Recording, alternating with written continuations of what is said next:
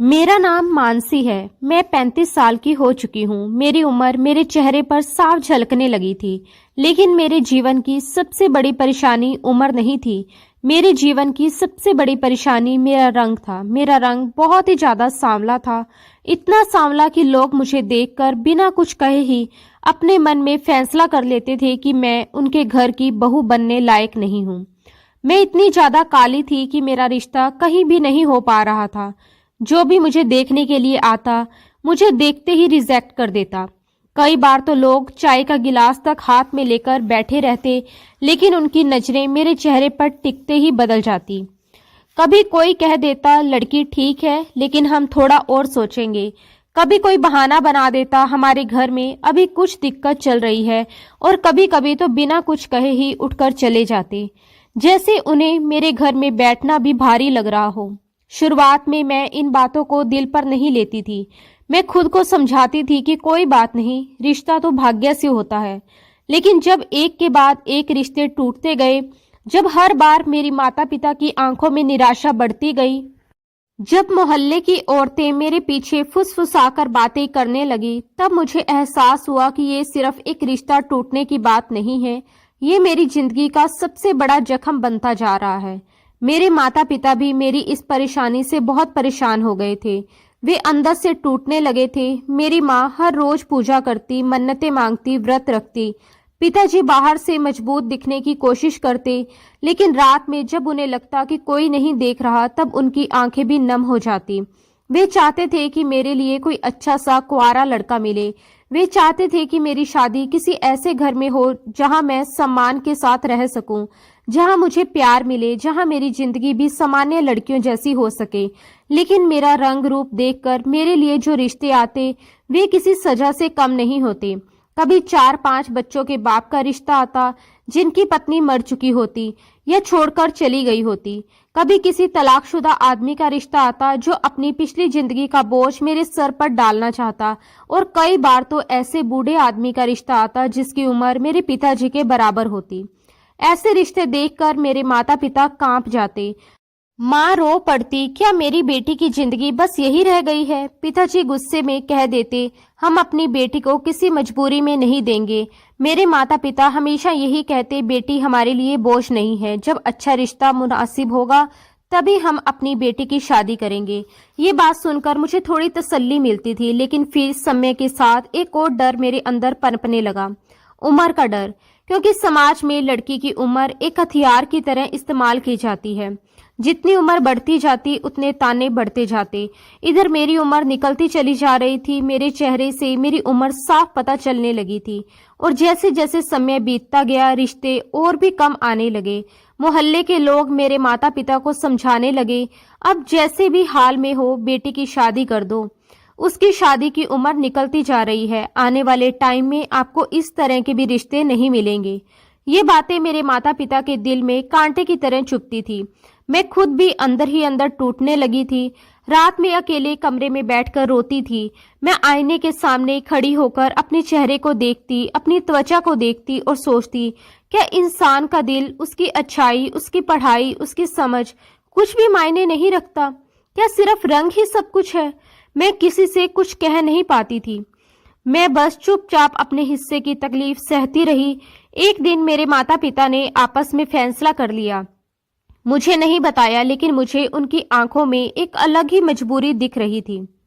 ऐसा लग रहा था जैसे वे अपनी जिद तोड़ चुके हैं, जैसे वे हार मान चुके हैं। और सच में कुछ ही दिनों में मेरे लिए एक रिश्ता आया।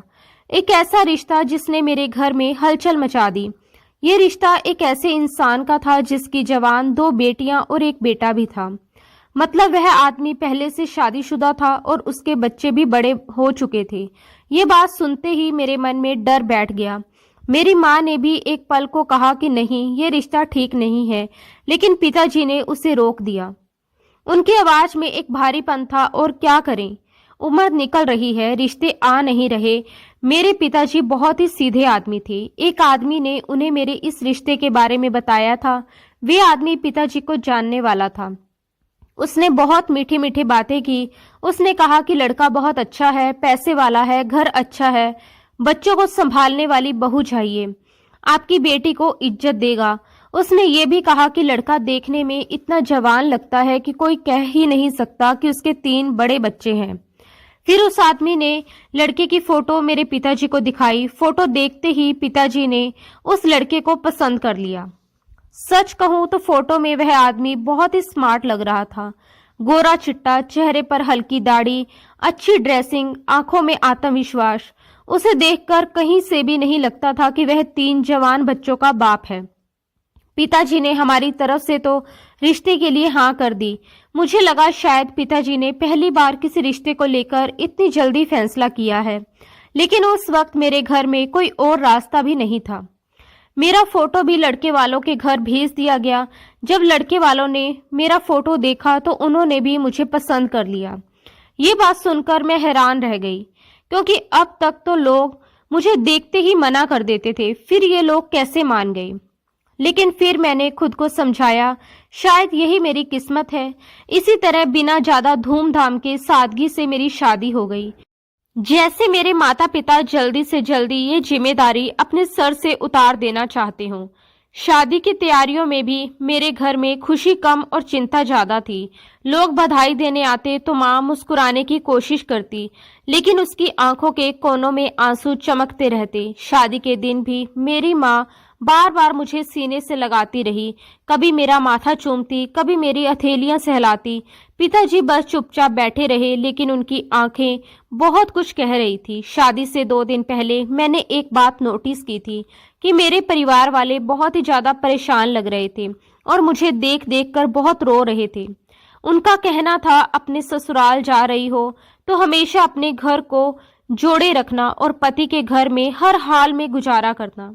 उनकी बातें सुनकर मेरे दिल में अजीब सा डर बैठ गया।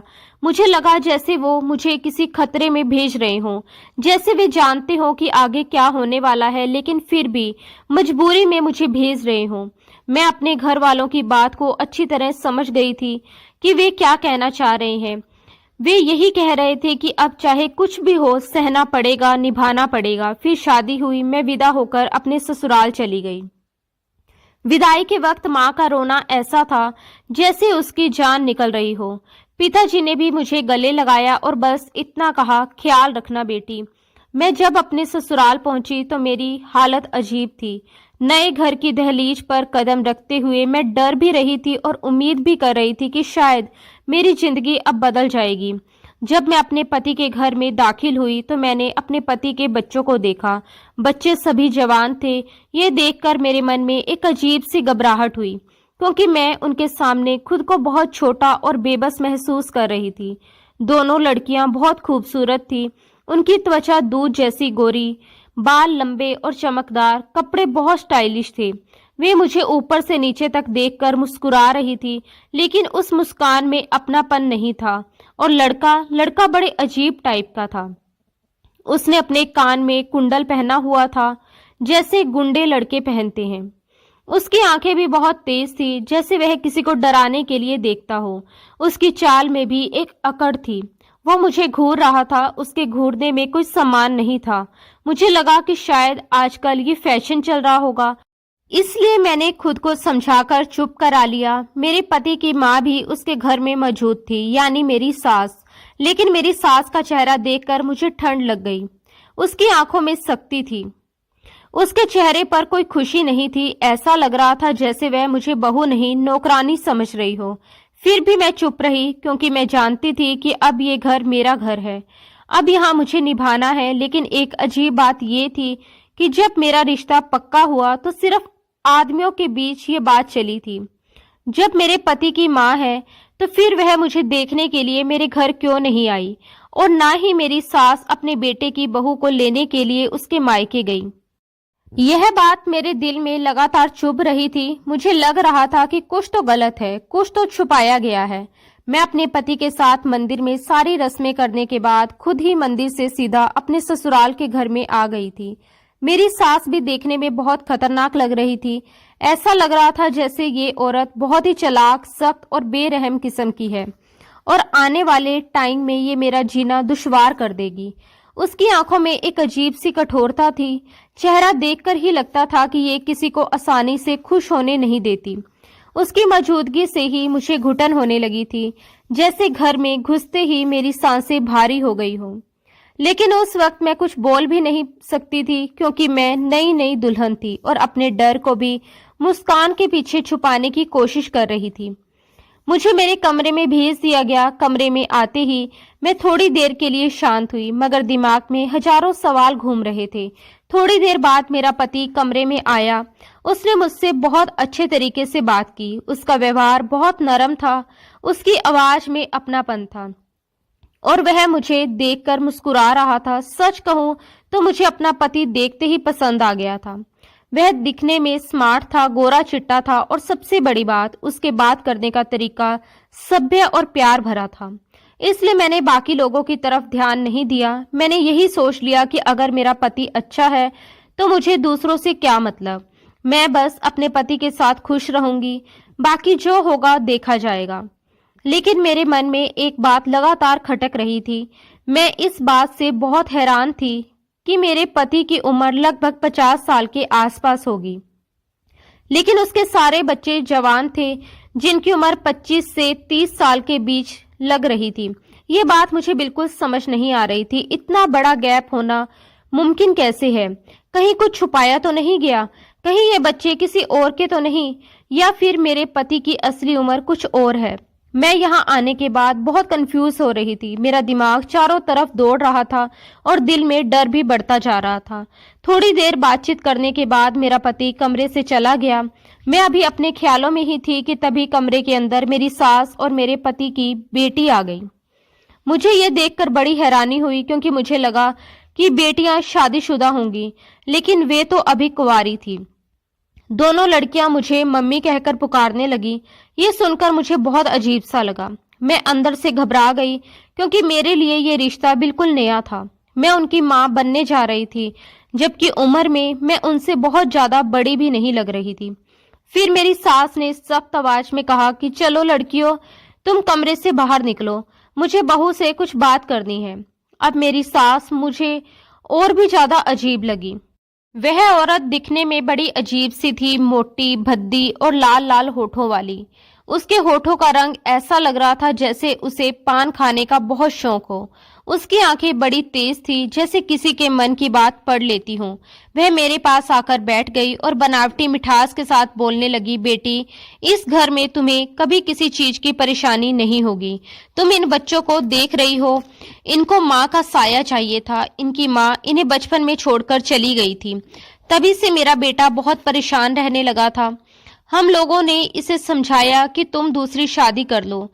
दूसरी शादी करने से तुम्हें एक अच्छा सा हमसफर भी मिल जाएगा और इन बच्चों को माँ की ममता भी मिल जाएगी। अब से तुम ही इन बच्चों की माँ हो। उसकी बातें सुनकर मैं थोड़ी भावुक हो गई। वो मुझे प्यार से समझा रही थी, जैसे मैं उसकी बहू नहीं बल्कि बेटी हूँ। उसने मेरे सर पर हाथ फेरा, मेरे गाल पर थपकी दी और बहुत मीठे शब्द बोले। मुझे खुशी हुई कि चलो, ससुराल में सब लोग अच्छे हैं। मैं अपने मन में ये सोचकर खुश हो रही थी कि शायद मैं बेवजह डर रही थी। शायद ये घर सच में अच्छा है, शायद मेरी जिंदगी अब ठीक हो जाएगी। फिर मेरी सास कमरे से चली गई। उनके जाने के बाद मैं थोड़ी देर तक वहीं बैठी रही। मेरे मन में राहत भी थी और अजीब सी बेचैनी भी। मुझे लग रहा था कि इस घर में कुछ बातें छुपाई गई हैं, लेकिन फिर भी मैं खुद को समझा रही थी कि अब जो हो गया वो हो गया। थोड़ी देर बाद मेरा पति फिर से कमरे में आ गया। वो मुस्कुराता हुआ मेरे पास बैठा और कहने लगा, तुम्हें मेरी बेटी और बेटे का बहुत ख्याल रखना है और साथ साथ मेरी माँ का भी बहुत ख्याल रखना है। मैंने सर हिलाकर कहा, जी मैं सबका ख्याल रखूंगी। फिर मैंने अपने मन की बात पूछ ही ली। मैंने कहा कि मैं बहुत हैरान हूँ कि आपके बच्चे इतने जवान हैं, आप इन बच्चों के पिता नहीं लगते। मेरी ये बात सुनकर वह जोर से हंसने लगा। फिर मुस्कुराते हुए बोला, तुम ही नहीं बल्कि ये सवाल काफी सारे लोग मुझसे करते हैं, क्योंकि मैं इतना जवान जो हूँ। वह बहुत खुश था, उसकी आंखों में चमक थी। उसे देखकर मैं भी थोड़ा खुश हो गई। उसके चेहरे की मुस्कान में एक अजीब सा आत्मविश्वास था, जैसे उसे अपने ऊपर बहुत गर्व हो। फिर उसने मुझे बताया, मैं शुरू से ही अपना बहुत ख्याल रखता हूँ। मैं जिम करता हूँ। मैंने अपनी पूरी जिंदगी जिम करने में ही गुजार दी है। इसलिए मैं इतना जवान नजर आता हूँ। जो लोग अपने शरीर पर ध्यान देते हैं वो लोग कभी बूढ़े नहीं होते। उसकी बातें सुनकर मैं बहुत इम्प्रेस हो गई थी। मुझे लगा कि सच में मेरा पति कितना समझदार है, कितना फिट है, कितना अलग है। फिर उसने मेरी तरफ देखकर कहा, मैं तुम्हें भी जवान कर दूंगा। वक्त के साथ साथ तुम बूढ़ी होने की बजाय और भी ज्यादा खूबसूरत होती जाओगी। ये सुनकर मेरे मन में एक उम्मीद जागी। मैंने हल्की मुस्कान के साथ कहा, मैं कैसे खूबसूरत हो सकती हूँ? कहाँ मैं काली सांवली सी और कहाँ आप गोरे चिट्टे से। मेरे पति ने कहा, ऐसी बातें मत करो, तुम मुझे बहुत पसंद आ गई हो। गोरे काले से क्या होता है, इंसान की सीरत अच्छी होनी चाहिए। उनकी इतनी प्यारी बातें सुनकर मैं बहुत खुश हो गई थी। मेरे पति की बेटियां भी बहुत खूबसूरत थी और मेरा पति सच में बहुत ज्यादा नौजवान लगते थे। मगर मेरे मन में एक हल्की सी शंका भी थी। बूढ़े इंसान से कोई ना कोई बीमारी या कोई ना कोई ऐसी परेशानी तो जरूर होती है जिससे उसकी उम्र की पहचान हो जाती है। लेकिन मेरा पति तो बिल्कुल ही जवान दिखता था। वह बहुत एक्टिव था, जैसे किसी जवान लड़के में जोश होता है। मैंने सोचा, अगर मेरे पति की ये दूसरी शादी है तो पहली शादी के समय वह कितने खूबसूरत और कितने कम उम्र के रहे होंगे। फिलहाल मैंने इस बात को इग्नोर कर दिया था क्योंकि अब मुझे अपने ससुराल पर ध्यान देना था। वह एक सपनों भरी रात थी जो मैंने गुजारी। मेरी आंखों में उम्मीद थी कि अब मेरी जिंदगी बदल जाएगी। सुबह हुई तो दरवाजे पर दस्तक होने लगी। मैं उठी और जाकर दरवाजा खोला तो मेरी सास सामने खड़ी हुई थी। उनके हाथ में एक बड़ी सी ट्रे थी। वह मेरे लिए कमरे में नाश्ता लेकर आई थी। मुझे देखकर मुस्कुराई और बोली, बहू उठ गई? मैंने कहा, आपको परेशान होने की क्या जरूरत थी? फ्रेश होने के बाद मैं खुद आ जाती किचन में नाश्ता बनाने। मेरी सास तुरंत बोली, अरे नहीं नहीं, नई नई बहू से इतनी जल्दी किचन का काम करवाना अच्छा नहीं लगता। उनकी बात सुनकर मुझे फिर से अच्छा लगा। मुझे लगा कि सच में मेरी किस्मत खुल गई है। थोड़ी देर बाद मेरे पति भी सोकर उठ गए। हम दोनों ने साथ बैठकर नाश्ता किया। नाश्ते के दौरान मेरे पति मुझे बड़े प्यार से देख रहे थे। उनकी नजरों में अपनापन था और मैं भी उन्हें देखकर मन ही मन खुश हो रही थी। मैंने उनसे कहा कि आज हमारी शादी का पहला दिन है, आज हम लोग कहीं घूमने चलते हैं। मेरे पति मुस्कुराए और बोले, बताओ कहाँ जाओगी? मैंने बिना सोचे कहा, मैं अपने मायके जाना चाहती हूँ। मेरी ये बात सुनते ही उनके चेहरे की मुस्कान हल्की सी फीकी पड़ गई। फिर उन्होंने बहुत सामान्य अंदाज में कहा, शायद तुम्हें ये बात पता नहीं, तुम्हें तुम्हारे माता पिता ने ये बात नहीं बताई कि तुम अपने मायके में किसी से भी नहीं मिल सकती। ये सुनकर मैं जैसे सन रह गई। मुझे लगा कि ये मजाक कर रहे हैं। मैंने हंसते हुए कहा, ऐसा नहीं हो सकता। लेकिन मेरे पति का चेहरा बिल्कुल गंभीर हो गया। उन्होंने कहा, ऐसा ही है। अब तुम्हारी शादी यहाँ हो गई है, इसलिए तुम अपने किसी रिश्तेदार, अपने मायके वालों, किसी से भी कोई कांटेक्ट नहीं रखोगी। मेरे पैरों तले जमीन खिसक गई। मेरी आंखों के सामने शादी से पहले के वो सारे पल घूम गए। अब मैं समझ गई थी कि यही वजह थी कि मेरे घर के सारे लोग शादी से कुछ दिनों पहले बहुत परेशान नजर आ रहे थे और मुझे देख देख कर बहुत रो रहे थे। मेरी विदाई पर भी मेरा पूरा परिवार बहुत रो रहा था। तभी वे बातों बातों में मुझे ये समझाने की कोशिश कर रहे थे कि अब हमारे तुम्हारे सारे रिश्ते खत्म हो गए। मुझे कुछ भी समझ नहीं आ रहा था। मैं बस यही सोच रही थी कि ये शर्त किसकी थी? क्या ये मेरे माता पिता की मजबूरी थी या फिर मेरे पति की चाल? मैंने डरते डरते अपने पति से सवाल किया, ये शर्त किसकी थी, मेरे पेरेंट्स की या आपकी? मेरे पति ने ठंडी आवाज में कहा, मैंने इसी शर्त पर तुमसे शादी की है क्योंकि तुम्हारी कहीं शादी भी नहीं हो रही थी और तुम्हारे घर वालों ने खुशी खुशी मेरी ये शर्त एक्सेप्ट कर ली थी। ये बात सुनकर मेरे दिल को बहुत ठेस पहुंची। ऐसा लगा जैसे मेरे माता पिता ने मुझे बेच दिया हो, जैसे मेरी मजबूरी का फायदा उठाया गया हो। मैं अंदर ही अंदर टूट गई, लेकिन मेरे पास बोलने के लिए शब्द नहीं थे। इतने में मेरे पति के मोबाइल पर किसी की कॉल आने लगी। उन्होंने फोन उठाया और बात करने लगे। फोन पर वह कह रहे थे, रिश्ता तय होने पर हमारी ये शर्त पहले से ही पक्की हो गई थी। उनके लहजे में गुस्सा था, जैसे वह बहस कर रहे हों। मैं समझ गई ये कॉल जरूर मेरे घर से ही आई होगी। मैं जल्दी से उनके सामने खड़ी हो गई और हाथ जोड़कर बोली, प्लीज एक बार मेरी बात करवा दो।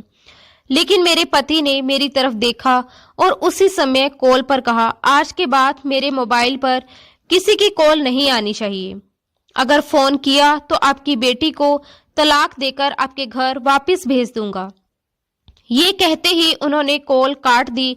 मैं कांप गई। मैंने कहा कि आपने ऐसा क्यों किया? मैं मिलने नहीं जा सकती, लेकिन एक बार फोन पर बात तो कर सकती थी। मेरे पति ने सख्ती से कहा, तुम्हारे घर वाले भी मुझसे यही बात कह रहे थे, लेकिन हमारी शर्त ये थी कि शादी के बाद तुम अपने घर वालों से या अपने किसी रिश्तेदार से भी किसी तरह का कोई कांटेक्ट नहीं रखोगी। अब तुम्हारे माता पिता इस बात को भूल कैसे गए? उन्हें मेरे इनकार करने पर कोई ऐतराज नहीं होना चाहिए। अगर वो लोग अपनी बेटी को खुश देखना चाहते हैं तो खामोश रहें और तुमसे बात करने की कोशिश ना करें। यही उनके लिए बेहतर होगा। मेरे पति का ये रूप देखकर मैं बहुत ज्यादा डर गई थी। जो आदमी रात भर मुझे प्यार भरी बातें कर रहा था, वही आदमी सुबह इतनी बेरहमी से बोल रहा था। मुझे लगा जैसे मैंने किसी और इंसान से शादी कर ली हो। फिर मेरे पति ने कहा कि इस घर में मेरी माँ है, मेरी बेटियां हैं और एक बेटा है। तुम उन सबके साथ रहो, उनका ख्याल रखो, यही तुम्हारा कर्तव्य है। मैंने रोते हुए कहा, जो एक पत्नी का फर्ज होता है मैं वो सब कुछ करके दिखाऊंगी। लेकिन एक बेटी को अपने माता पिता से अलग ही लगाव होता है, कोई उनकी जगह नहीं ले सकता। आप प्लीज एक बार मेरे माता पिता से मेरी फोन पर बात करवा दो। मैं आपका ये एहसान जिंदगी भर नहीं भूलूंगी और आज के बाद कभी उनसे बात करने की जिद भी नहीं करूंगी। आपने उनसे इस तरह से बात की, उन लोगों को कितना बुरा लगा होगा। लेकिन मेरे पति ने मेरी कोई बात नहीं सुनी। उनका चेहरा पत्थर जैसा था। मैं रोती हुई खामोशी से कमरे के अंदर आ गई। रो रो कर मेरा बुरा हाल हो गया था। मेरे हाथ कांप रहे थे, आंखें सूज गई थी और सांस भी भारी हो गई थी। मैं सोच रही थी, पहले ही दिन मेरे साथ ऐसा किया तो आगे मेरे साथ ये लोग क्या करेंगे। फिर थोड़ी देर के बाद मेरा पति कुछ सोचता समझता हुआ कमरे के अंदर आया। उसने मुझे चुप करवाने की कोशिश की, मेरे सर पर हाथ रखा और कहने लगा, तुम परेशान मत हो, मैं तुम्हारे पेरेंट्स से तुम्हारी बात करवा दूंगा, बल्कि तुम्हारी मुलाकात भी करवा दूंगा, लेकिन अभी नहीं, सही समय आने पर। जब सही समय आ जाएगा तो मैं तुम्हें उनसे मिलवाने के लिए ले जाऊंगा। मैंने अपने पति से कहा, लेकिन ऐसा कब होगा?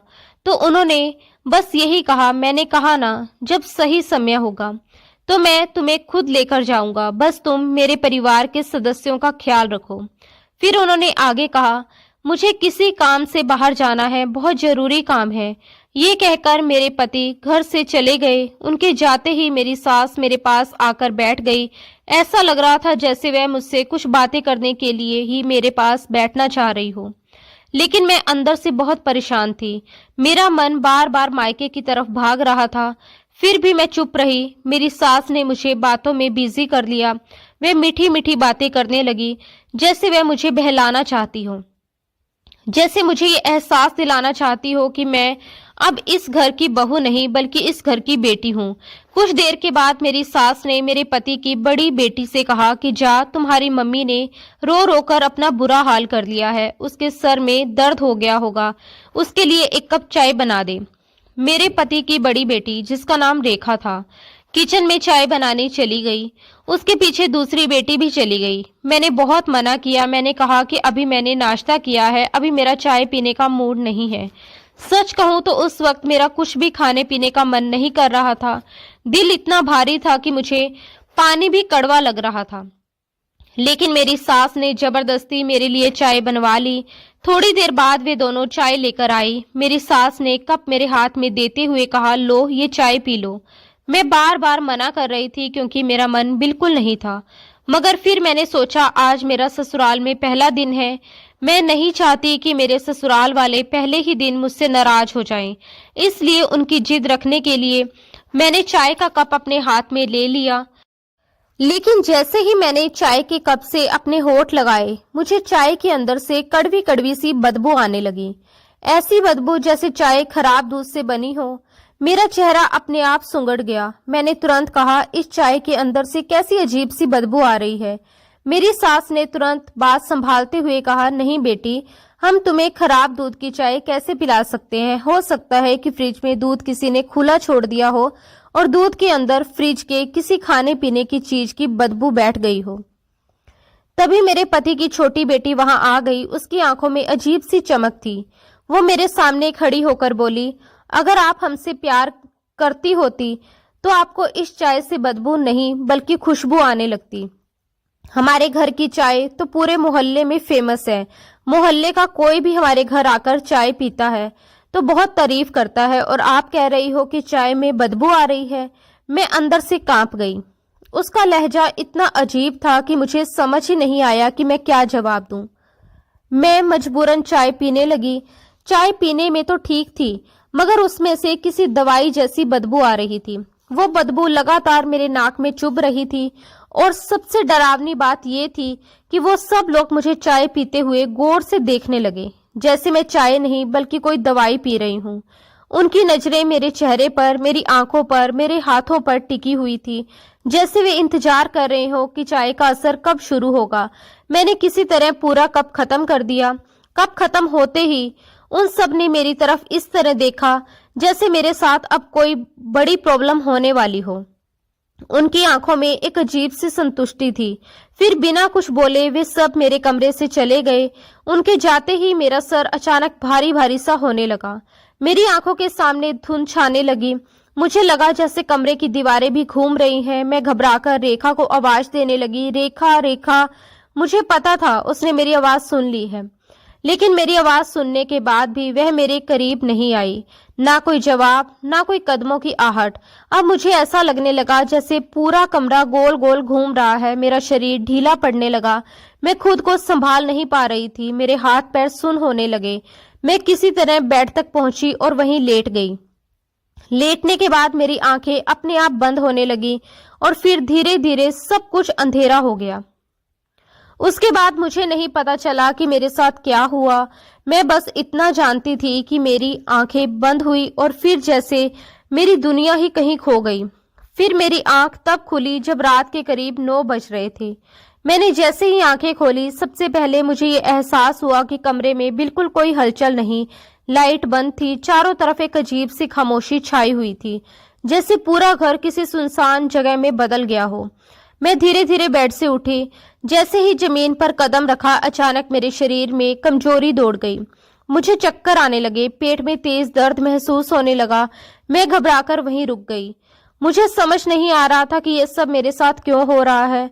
मैंने अपने दिमाग पर जोर डालकर सोचने की कोशिश की तो ध्यान गया मैंने सुबह लगभग 10 बजे चाय पी थी, और उसके बाद मैं सो गई थी, और अब मेरी आंख खुली थी। आखिर ऐसा कैसे हो सकता है?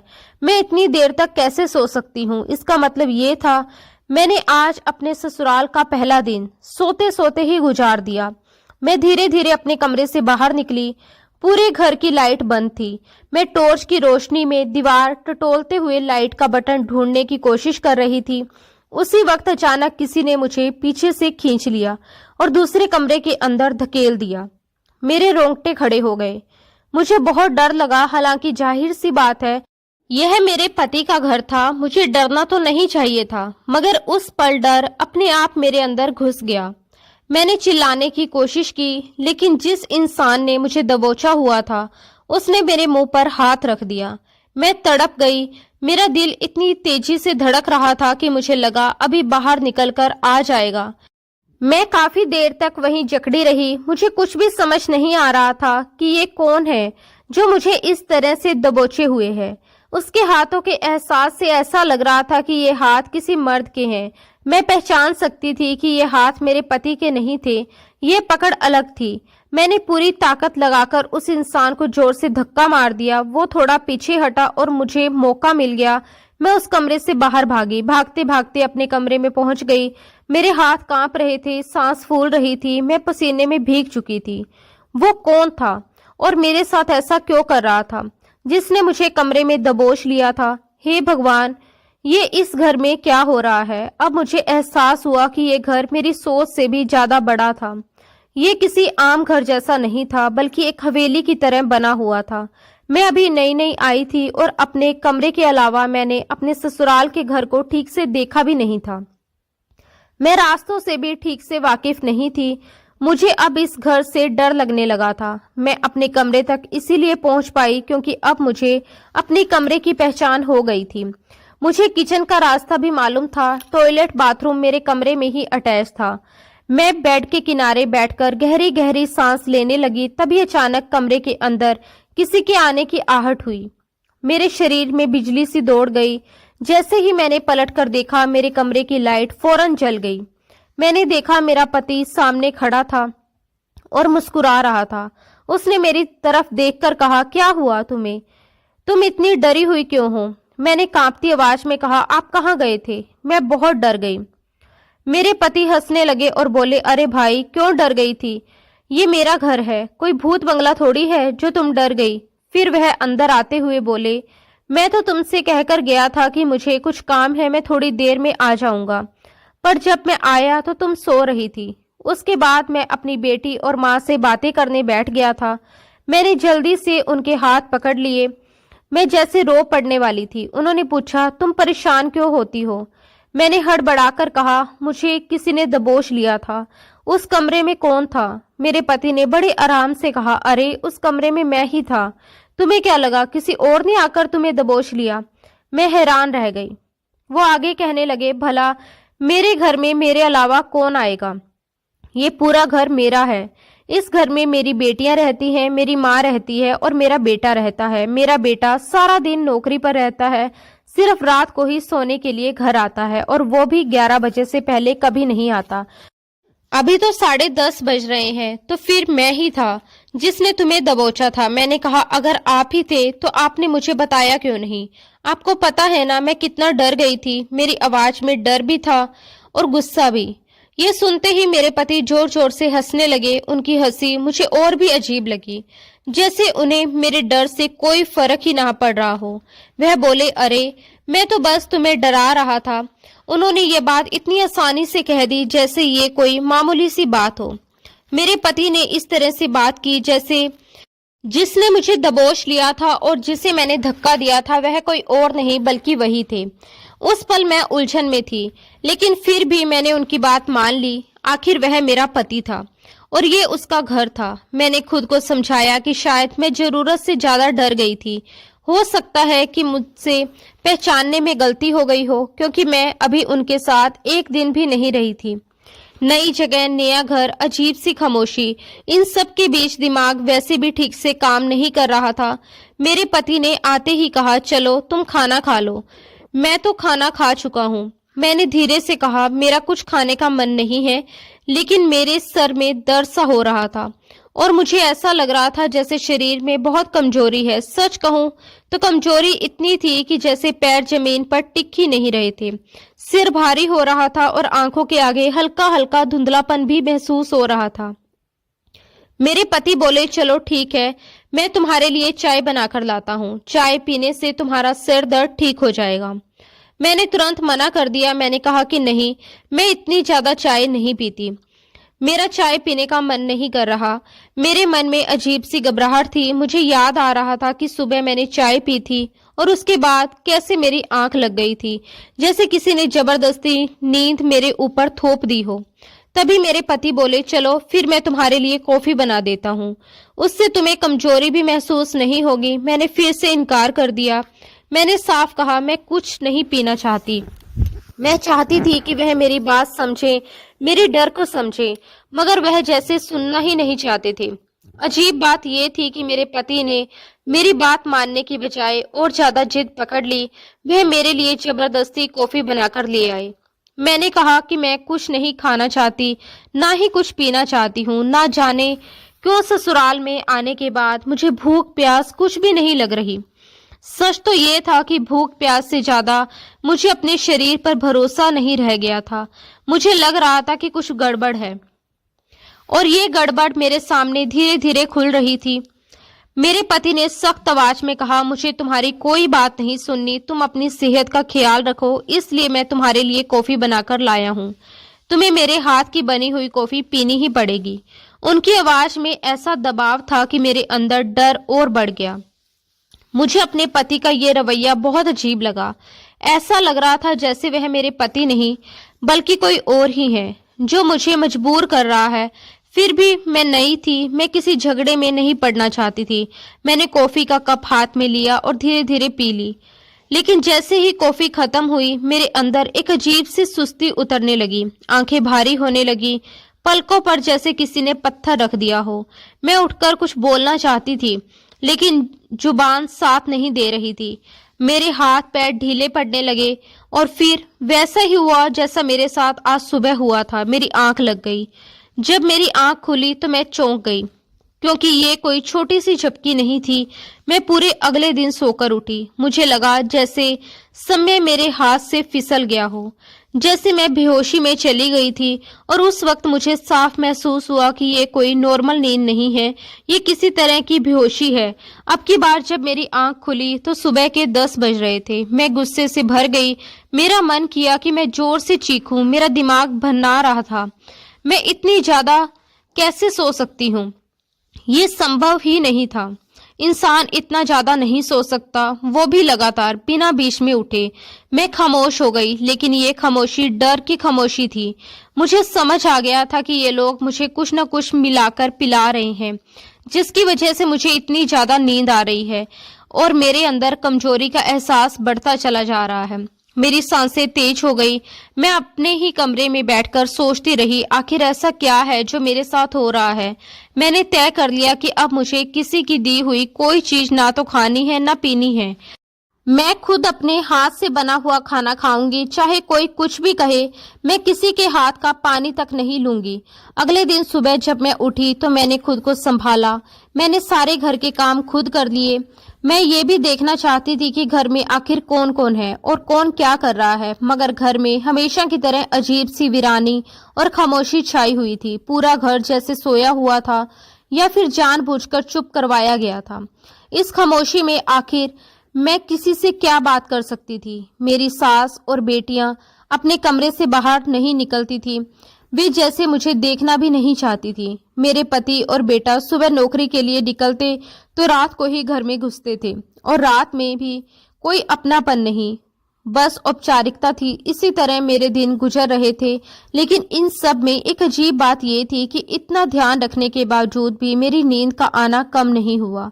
मैं जब भी सोती इतना ज्यादा सोती जिसकी कोई हद ही नहीं थी, और मेरी हालत दिन ब दिन बिगड़ती चली जा रही थी। मेरे शरीर में ताकत जैसे खत्म होती जा रही थी। मुझे इतनी ज्यादा कमजोरी होने लगी थी कि मैं किसी काम को करने के काबिल ही नहीं रही थी। कई बार तो मुझे लगता था कि मैं बेड से उठ भी नहीं पाऊंगी। बस मैं हमेशा यही दिमाग लड़ाती रहती कि आखिरकार मेरे साथ ये सब कुछ क्या हो रहा है। अब तो मैं इस घर के किसी भी मेंबर के हाथ का दिया हुआ कुछ भी नहीं खाती पीती, फिर भी मुझे इतनी ज्यादा नींद क्यों आती है? ये सवाल मेरे दिमाग में दिन रात घूमता रहता था। पहले मुझे लगता था कि शायद मेरी कमजोरी की वजह से ऐसा हो रहा है, या फिर नई जगह आने के कारण मेरा शरीर थक गया है। लेकिन धीरे धीरे मुझे खुद समझ आने लगा कि ये कोई सामान्य बात नहीं है। इंसान जितना भी थक जाए, इतनी ज्यादा नींद और वो भी अचानक बेहोशी जैसी, ये किसी आम थकावट का नतीजा नहीं हो सकता।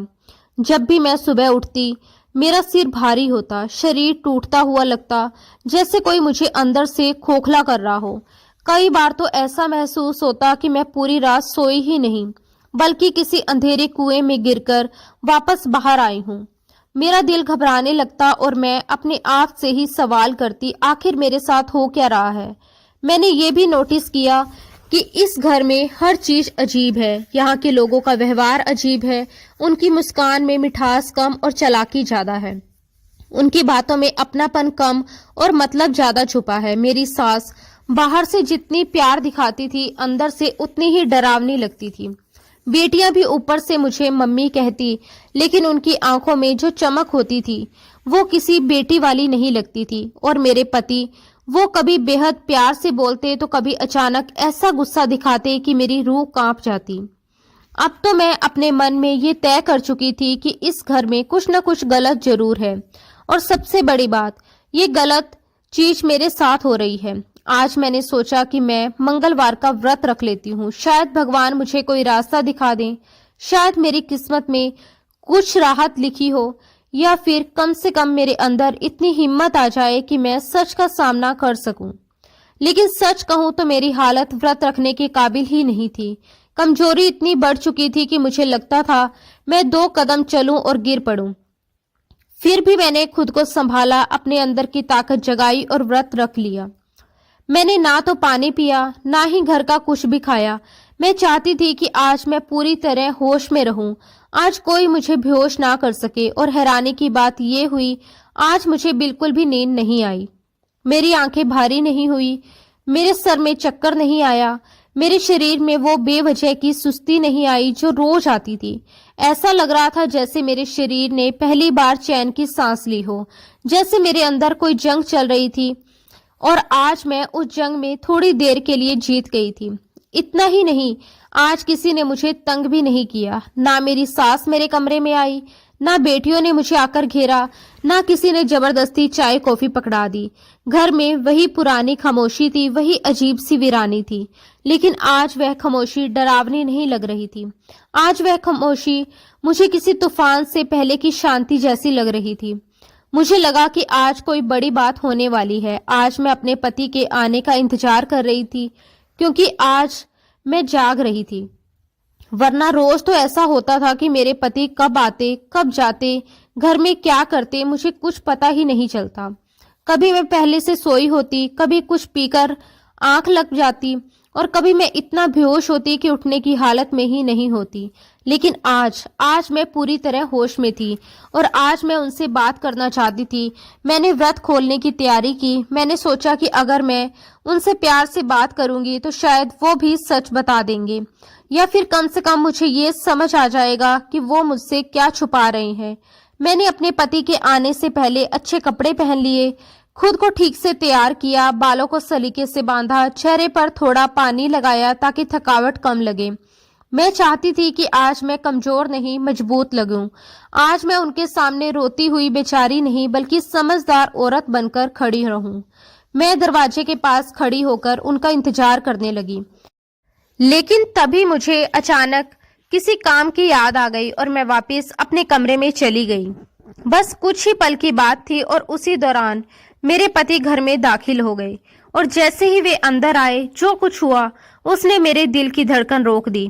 मेरे पति अंदर आते ही मेरी तरफ नहीं आए, उन्होंने मेरी तरफ देखा तक नहीं। उन्होंने ना मुझसे पूछा कि मैं कैसी हूँ, न ये पूछा कि मैंने कुछ खाया या नहीं। उनकी नजरें सीधे अपनी माँ और बेटियों पर गई और मेरी सास और दोनों बेटियां जैसे पहले से तैयार बैठी थी। मेरे पति के कदम रखते ही वे तीनों बाहर निकल आई और उन्हें घेर लिया, जैसे उन्हें पहले से पता था कि वो कब आएंगे, जैसे वे हर दिन इसी समय उनका इंतजार करती हैं। फिर वे तीनों उन्हें सीधे दूसरे कमरे में ले गई। मैं वहीं की वहीं खड़ी रह गई। मेरे अंदर गुस्सा भी था, डर भी। गुस्सा इसलिए कि मेरा पति मेरी तरफ ध्यान ही नहीं दे रहा, और डर इसलिए कि ये सब कुछ इतना छुप छुप कर क्यों हो रहा है। मैंने सोचा अगर ये सब सामान्य है तो मुझे क्यों नहीं बुलाया गया। अगर ये घर मेरा है तो मुझे बाहर क्यों रखा जा रहा है। मेरे कदम खुद ब खुद आगे बढ़ गए। मैं उनकी बेटियों के कमरे के दरवाजे के पास जाकर खड़ी हो गई। अंदर से धीमी धीमी आवाजें आ रही थी, जैसे कोई बहुत सीक्रेट बात हो रही हो।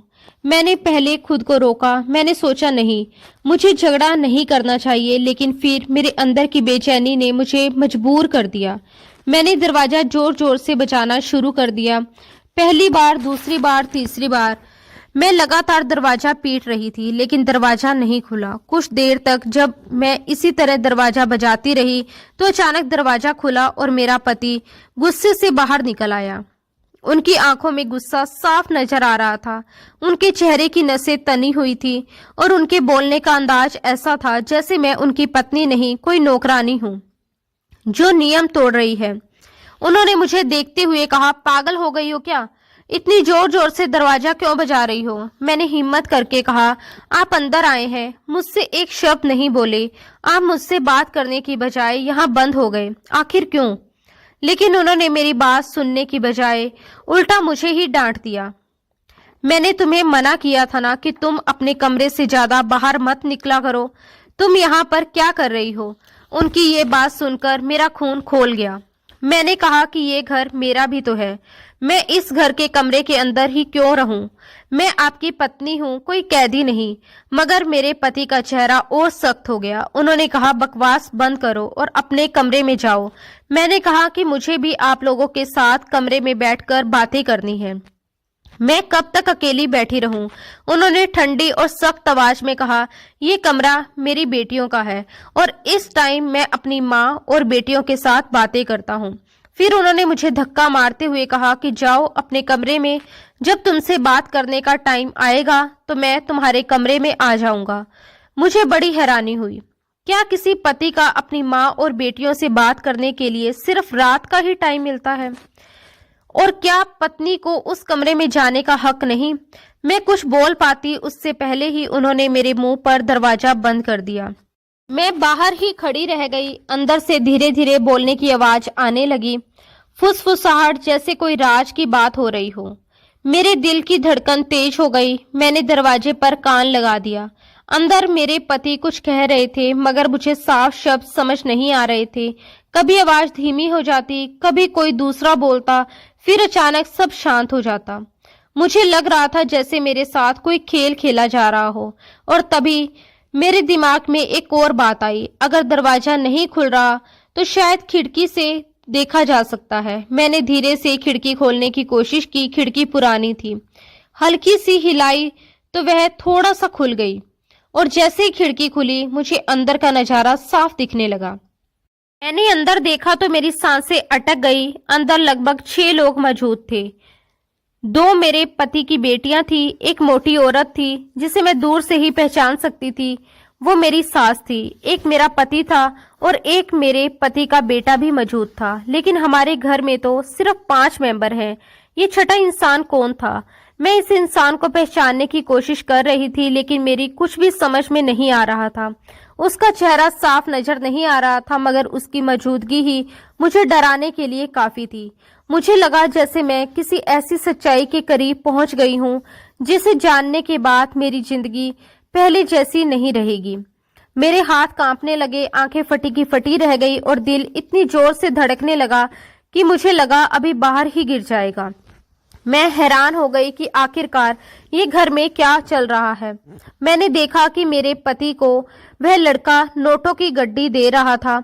मुझे उस लड़के का चेहरा ठीक से दिखाई नहीं दे रहा था मगर मुझे इतना साफ दिख गया कि ये कोई मामूली बात नहीं थी। नोटों की गड्डियां इतनी मोटी थी कि पहली नजर में ही समझ आ रहा था कि रकम काफी बड़ी है। मेरा दिल जोर जोर से धड़कने लगा।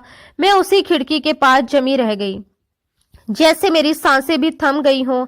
मैं बार बार उसकी शक्ल पहचानने की कोशिश करती रही मगर वह लड़का जानबूझकर अपना चेहरा झुकाए हुए था। कभी पीछे हो जाता, कभी किसी के कंधे की ओट ले लेता। उसकी बॉडी लैंग्वेज देखकर ऐसा लग रहा था कि वह खुद भी डर रहा है या फिर चाहता है कि कोई उसे पहचान ना सके। मैंने अंदर देखा तो मेरे पति का हाव भाव भी बिल्कुल अलग था। उनके चेहरे पर वह नरमी नहीं थी जो मेरे सामने होती है। वहां वह ज्यादा सख्त और चालाक नजर आ रहे थे, जैसे वह कोई बहुत बड़ा सौदा कर रहे हों। उनकी माँ और बच्चे भी वहां मौजूद थे, लेकिन सबसे ज्यादा अजीब बात यह थी कि सभी लोग बिल्कुल सामान्य थे, जैसे ये सब रोज का काम हो। मेरा दिमाग तेजी से चलने लगा। ये पैसा किस लिए है? क्या ये कोई गलत धंधा है? क्या मेरे पति किसी गैर कानूनी काम में शामिल हैं? या फिर मेरे मन में एक डरावना ख्याल आया, कहीं ये सब मेरे ही बारे में तो नहीं? कहीं मेरी बेहोशी, मेरी कमजोरी और मेरी हालत के पीछे यही लोग तो नहीं? ये सोचकर मेरे रोंगटे खड़े हो गए।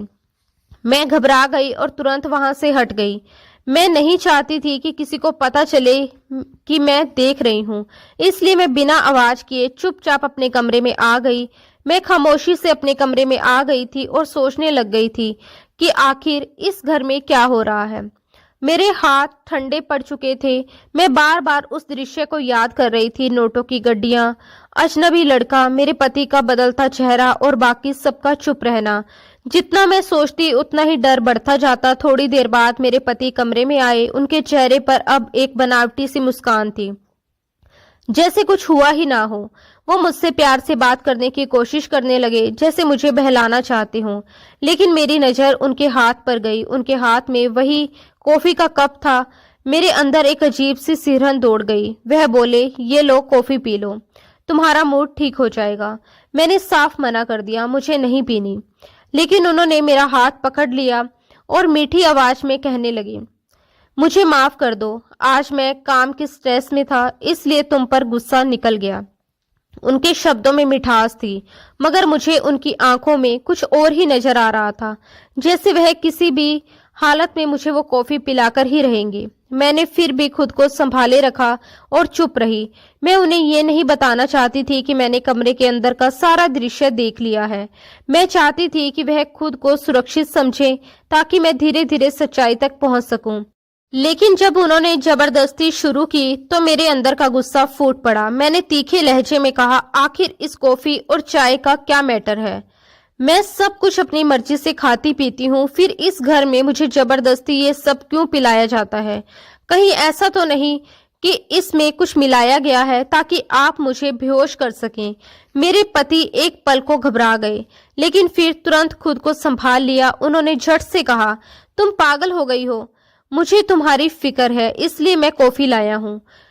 भला मैं तुम्हें बेहोश क्यों करना चाहूंगा? फिर उन्होंने बात को घुमा दिया और बोले, तुम घर के कामों पर ध्यान दो, तुम ज्यादा फ्री रहती हो, इसलिए तुम्हारे दिमाग में उल्टे सीधे ख्याल आते हैं।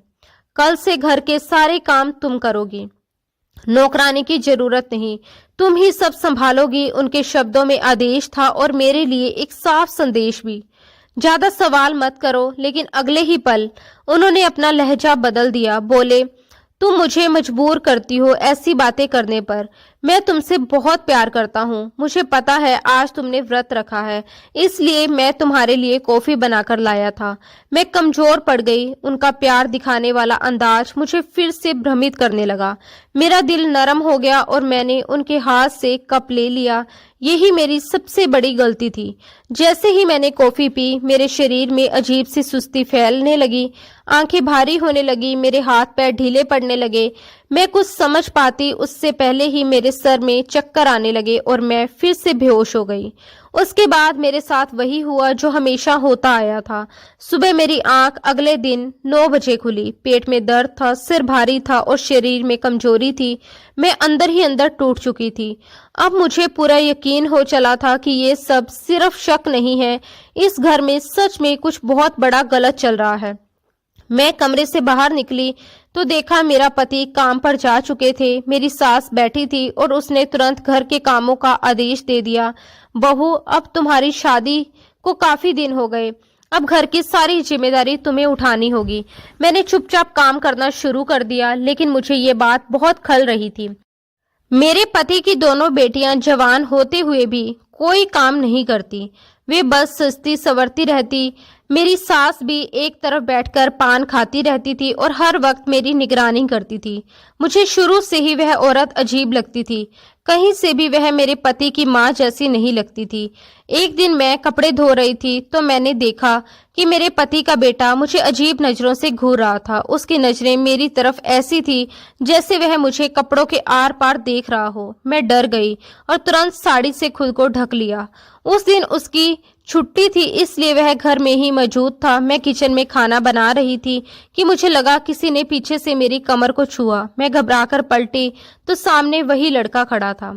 वह मुझे देखकर घबरा गया, उसका चेहरा सफेद पड़ गया। मैंने गुस्से में पूछा, तुम्हें क्या चाहिए? ये कैसी हरकतें कर रहे हो?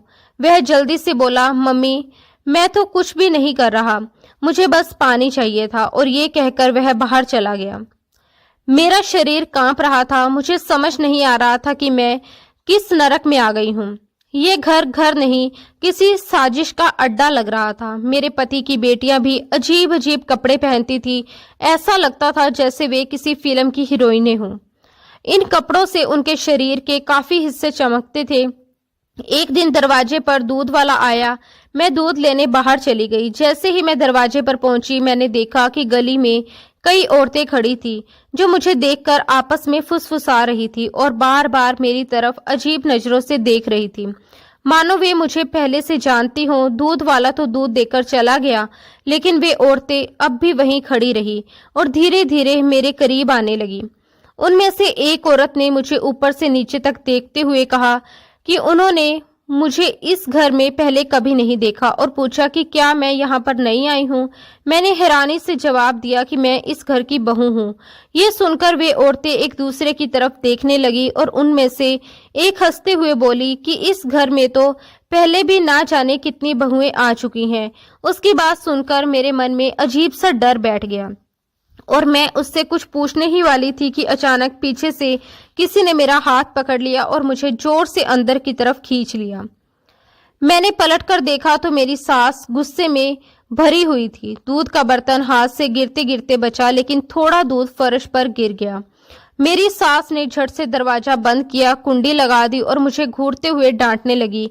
मुझे बेवजह बाहर झांकने और मोहल्ले की औरतों से बात करने की कोई जरूरत नहीं है, और अगर मेरे पति को पता चल गया कि तू दरवाजे पर खड़ी होकर बाहर की औरतों से बातें कर रही थी तो वह तेरा क्या हाल करेगा ये तू सोच भी नहीं सकती।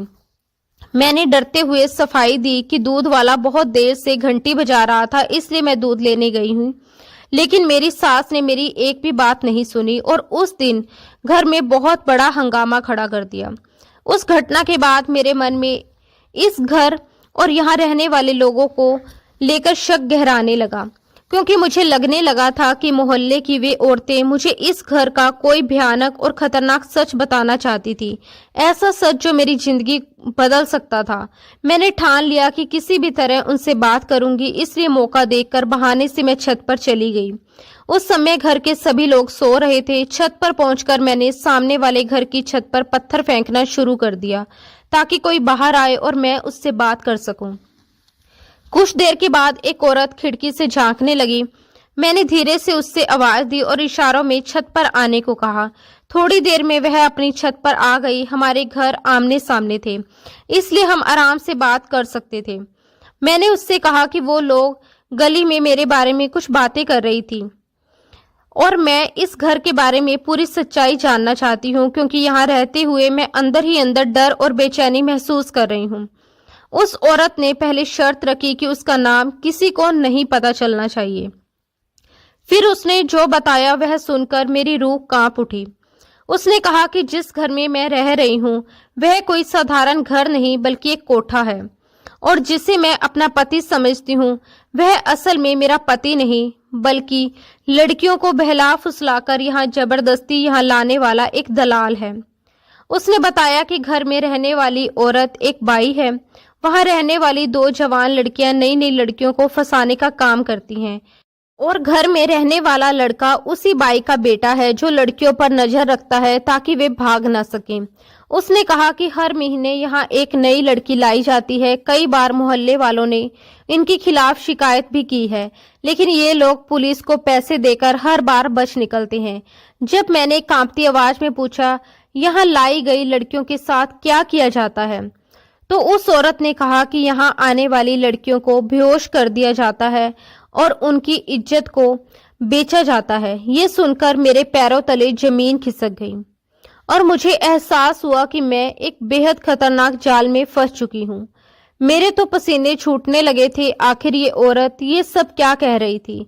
क्या वह सच बोल रही थी? उसने मुझसे कहा था कि तुम भली लगती हो इसलिए तुम्हें सच बता रही हूँ। जितनी जल्दी हो सके यहाँ से मौका देखकर भाग जाओ, वरना ये लोग तुम्हें कहीं का नहीं छोड़ेंगे। उसकी बातें सुनकर मुझे एहसास हुआ कि मेरी इज्जत ना जाने कितने मर्दों के बीच तार तार की जा चुकी है, और ये कोई ससुराल नहीं बल्कि एक खतरनाक गैंग का अड्डा था जहां लड़कियों को बहला फुसलाकर उनकी कीमत लगाई जाती थी, और इसी गंदे धंधे से ये लोग अपना कारोबार चला रहे थे।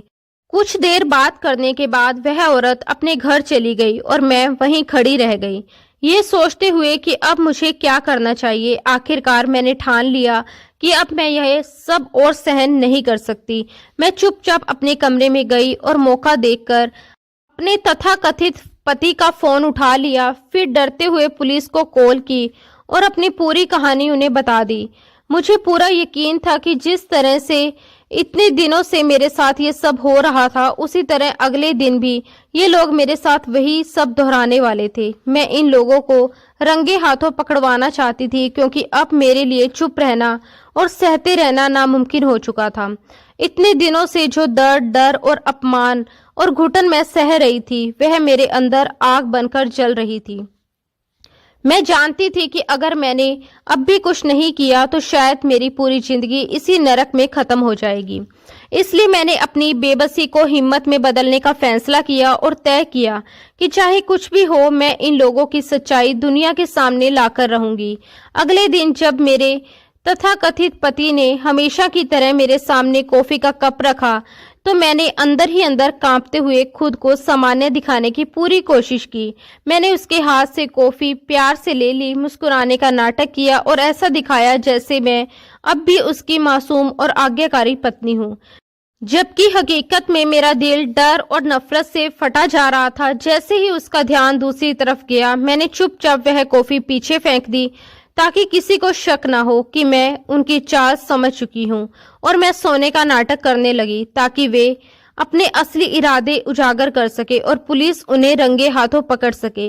मैंने पहले ही पुलिस को सब कुछ बता दिया था कि उन्हें खास तौर पर रात का समय बताया था, क्योंकि करीब रात 10 बजे मेरा पति घर लौटता था और लगभग 1-2 घंटे बाद मेरे साथ वही अमानवीय और घिनौना व्यवहार किया जाता था, जैसे मैं कोई इंसान नहीं बल्कि बिकने वाली वस्तु हूँ। हर रात मेरा शरीर नहीं बल्कि मेरी आत्मा भी टूटती जा रही थी।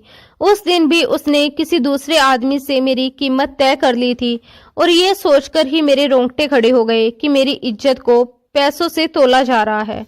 वह कमरे से बाहर चला गया और मैं अंदर ही अंदर कांप रही थी, लेकिन फिर भी मैंने खुद को मजबूत बनाए रखा और सोने की एक्टिंग करती रही, क्योंकि मुझे पता था कि ये एक मौका है इन दरिंदों को बेनकाब करने का। कुछ देर बाद मुझे महसूस हुआ कि कोई मेरे कमरे में दाखिल हुआ है।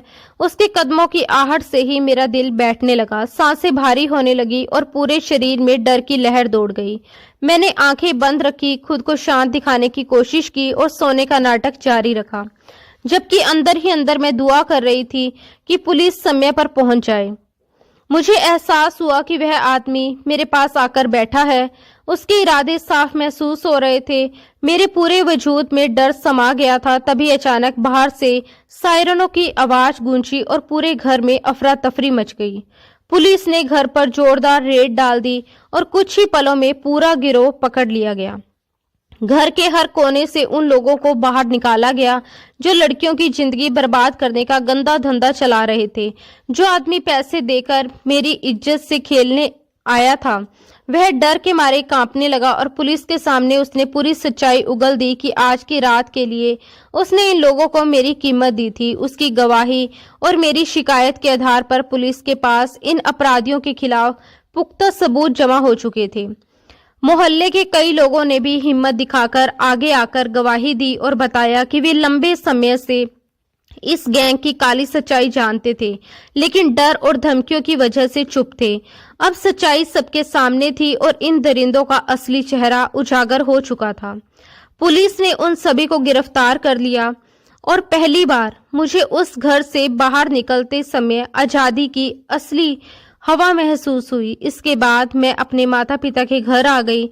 जब मैंने उन्हें अपनी पूरी दर्दनाक आपबीती सुनाई तो वे अंदर से टूट गए। उनकी आंखों में आंसू थे और दिल में पछतावा। उन्होंने बताया कि जिस दिन उस लड़के ने शादी के समय ये शर्त रखी थी कि शादी के बाद वे मुझसे कोई रिश्ता नहीं रखेंगे, उसी दिन उनके मन में शक पैदा हो गया था, लेकिन उन्हें जरा भी अंदाजा नहीं था कि वह इंसान इतना घटिया, लालची और दरिंदा निकल सकता है। वे खुद को दोष देते रहे कि कैसे उन्होंने अनजाने में मुझे ऐसे लोगों के हवाले कर दिया।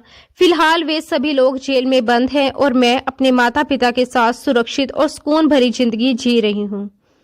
आज तक मेरी शादी नहीं हुई है। अब मुझे शादी के नाम से भी डर लगता है, क्योंकि मेरा भरोसा पूरी तरह टूट चुका है। मैं पढ़ी लिखी हूँ, आत्मनिर्भर हूँ और अपनी नौकरी के सहारे इज्जत और आत्मसम्मान के साथ अपनी जिंदगी बिता रही हूँ। उस घिनौनी, डरावनी, अपमानजनक और जख्मों से भरी जिंदगी से कहीं बेहतर मुझे अपनी ये सादी, सुरक्षित और आजाद जिंदगी लगती है। अब मैं अपने बूढ़े माता पिता की सेवा कर रही हूँ और यही मेरी सबसे बड़ी प्राथमिकता और सबसे बड़ी ताकत बन चुकी है। मैं सभी माता पिता से दिल से गुजारिश करना चाहती हूँ कि वे अपनी बेटियों की शादी करते समय लड़के वालों की पूरी जांच पड़ताल कर लें, क्योंकि समाज के डर, जल्दबाजी या मजबूरी में कुछ माता पिता अपनी बेटियों को गलत हाथों में सौंप देते हैं। मैं नहीं चाहती कि जो दर्द, डर, अपमान और जिंदगी का सबसे काला दौर मैंने देखा है वैसा किसी और के साथ हो। इसलिए मैं आप सबसे अपील करती हूँ कि ऐसे धोखेबाज, लालची और खतरनाक लोगों से हमेशा सावधान रहें। दोस्तों, उम्मीद करती हूँ कि आपको हमारी कहानी पसंद आई होगी। अगर कहानी अच्छी लगी हो तो वीडियो को लाइक जरूर करें। अगर आप हमारे चैनल पर नए हैं तो चैनल को सब्सक्राइब करें और नोटिफिकेशन बेल को जरूर दबाएं, ताकि हमारी आने वाली हर नई अपडेट सबसे पहले आप तक पहुंच सके। आपका प्यार और सपोर्ट ही हमें ऐसी असरदार कहानियां लाने की ताकत देता है। धन्यवाद दोस्तों। राधे राधे।